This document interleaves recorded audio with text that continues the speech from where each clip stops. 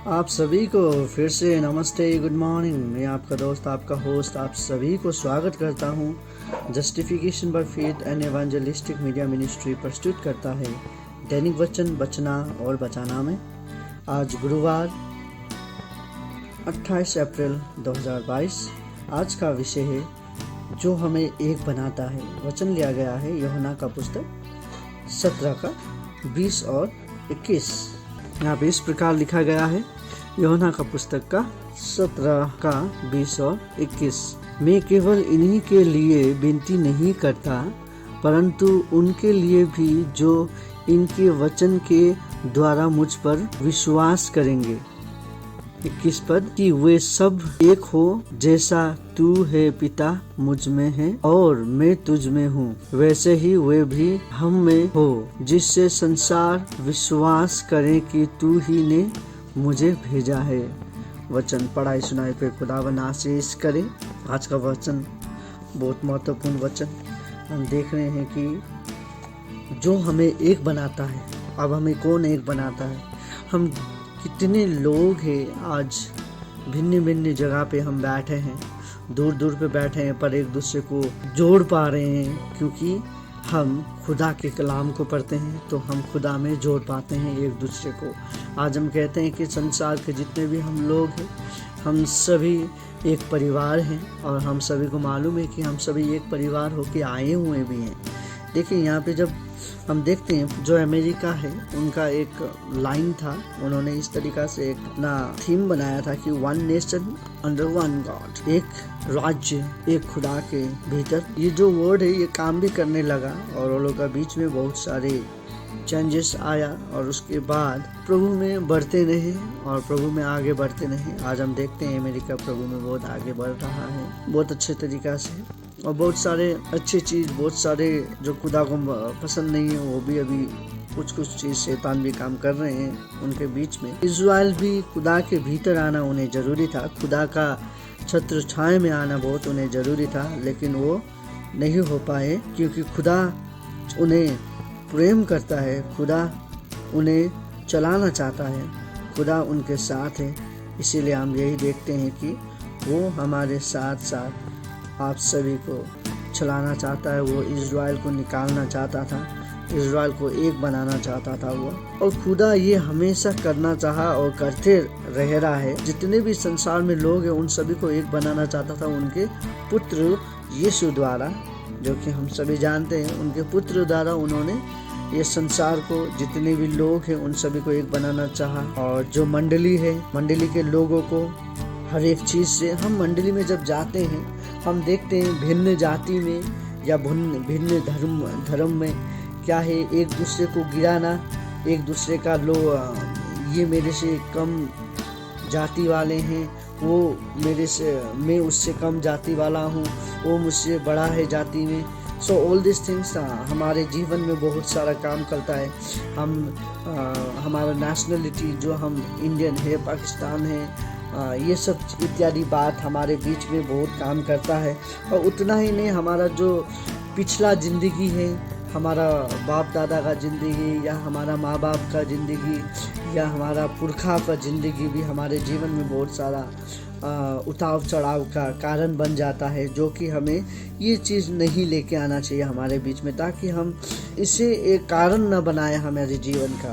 ये जो हमारा जात पात का है उससे हमें एक दूसरे को गिराने का हम काम करते हैं, ये नहीं होना चाहिए। खुदा ऐसा नहीं कहा, खुदा ने ये सब चीज़ को हटाया, उस सब चीज़ को नीचे रख के उसने एक के लिए बोला गया और हम एक हो सकते हैं। उसने कहा वो हम एक क्या में हो सकते हैं? हम यीशु का नाम पे एक हो सकते हैं और यीशु का नाम से हम एक छत के नीचे हम आ सकते हैं, एक छत के नीचे हम बैठ सकते हैं। और देखिए, जब हम मरते हैं हम सभी एक ही कब्र में जाएंगे।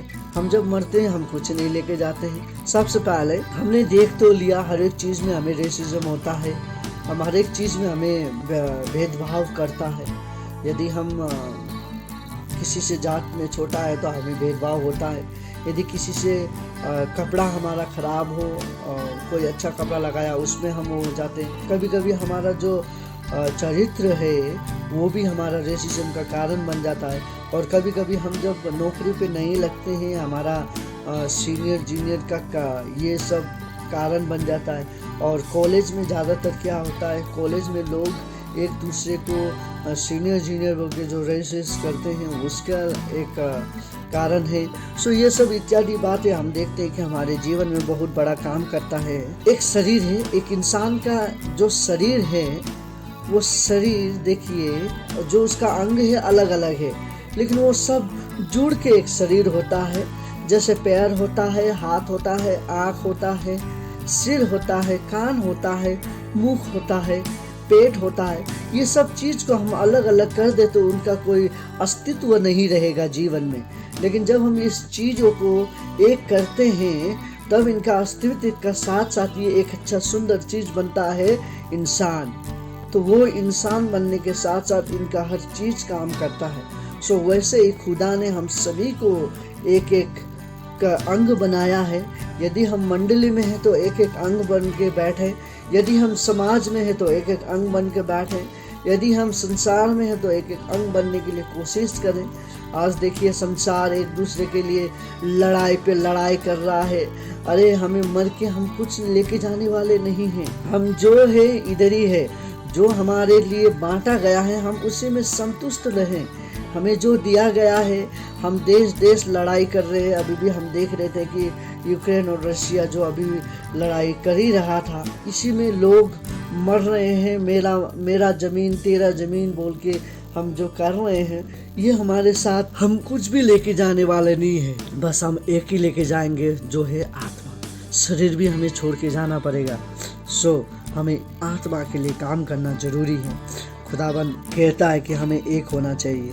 खुदावन हमसे कहता है कि आज जो फेलोशिप हो रहा है ब्रदर एंड सिस्टर आप सभी के मंडली में, खुदा चाहता है कि आप सभी को एक करने के लिए आप एक चीज़ याद रखें। अभी का दुनिया में वो कॉमन चीज़ क्या है हमें एक करने के लिए? हमें संसार से एक करता है, हमें जात पात से एक करता है, हमें हर एक चीज़ के मुसीबत से एक करता है। वो एक नाम हमें एक करता है, एक नाम हमें कॉमन बनाता है, एक नाम हमें साधारण इंसान बनाता है। वो है दुनिया में सबसे बड़ा नाम, राजाओं का राजा नाम, वो एक नाम है यीशु नाम। यीशु नाम से हर एक चीज़, हर एक भाषा, हर एक जात पात, हर एक मुसीबत, गिल्ला, हर एक शर्म खिलाने वाले वो वस्तु, हर एक आपका दुश्मन का जो चाल चलन आपके लिए बना गया, उस सभी से आपको निकालता है खुदावन निकाल के आपको एक बनाता है। जो यीशु का लहू, यीशु का शरीर जो हम में है, हम जो लेते हैं यीशु का लहू, वो लहू से ही हमें वो एक बनाता है खुदा के साथ। खुदावन मैं यही आशा करता हूँ कि आप सभी को खुदावन आशीष कर रहा है। हमें सेल्फिश नहीं होना है। अभी का दुनिया में हम सेल्फिश हो जाते हैं। मैं उससे ज़्यादा जानता हूँ, वो मेरे से कम जानता है, ये मैं उससे अच्छा करता हूँ, वो मेरे से ख़राब करता है। ये सब चीज़ हमारे जीवन में इतना काम कर लेता है कि हम आगे बढ़ नहीं पाते हैं। हमें ये सब चीज़ से निकलना है और खुदा के कलाम पे भरोसा रखना है ताकि खुदावन हम हमारे ऊपर काम कर पाएँ।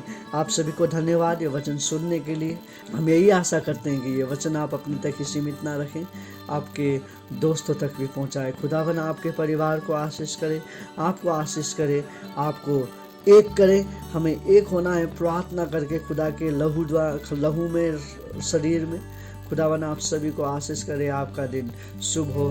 धन्यवाद।